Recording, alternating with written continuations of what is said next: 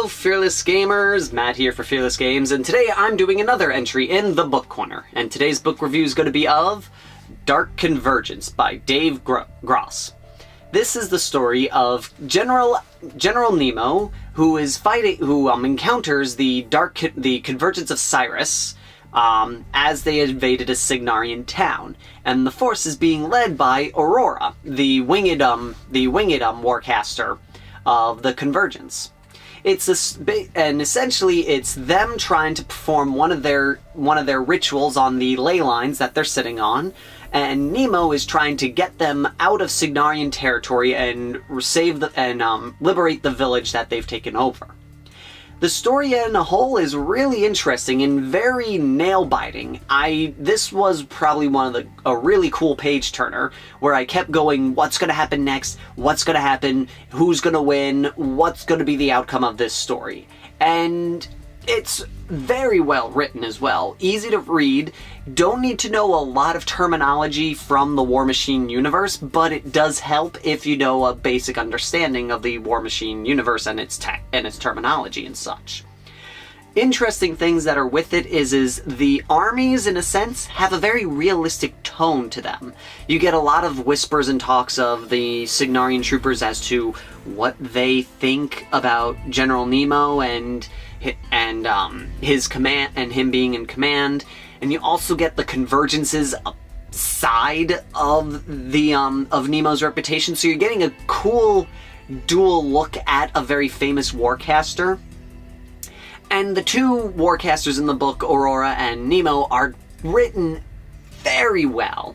They're very great yin and yang opposites of each other. You got Nemo on one side, who's constantly, regretting all the things that he's done and feels that time is moving too fast for him, and he just wishes he had more time and wants things to slow down so he could get, basically fix the things that he wants to, that he finds important to himself.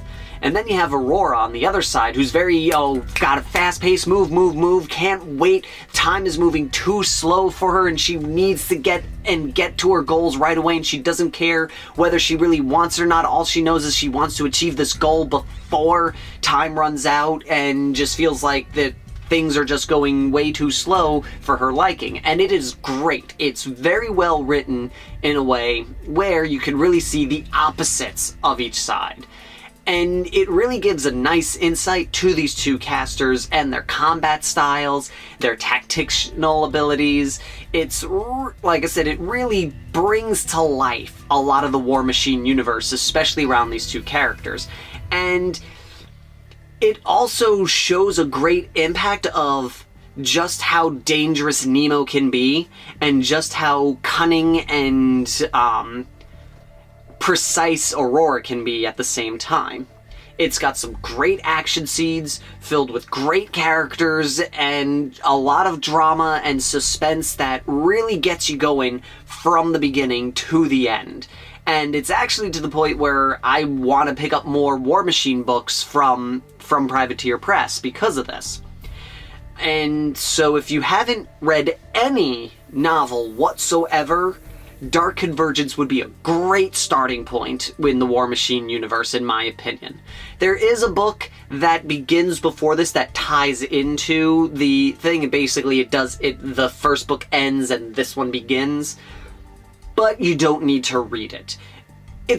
I'm being told it's a really good book, but and at any point in this book I did not go, oh, I wish I read the other book so I know what's going on. It's a nice setup, but it's not necessary for your enjoyment of the book Dark Convergence. So, and like I said, real simple terminology, a lot of, quick, easy read. It's a very quick read in that sense that it never feels very slow. It feels like it's well-paced, and I just can't say enough good things about this book. It's definitely worth the read.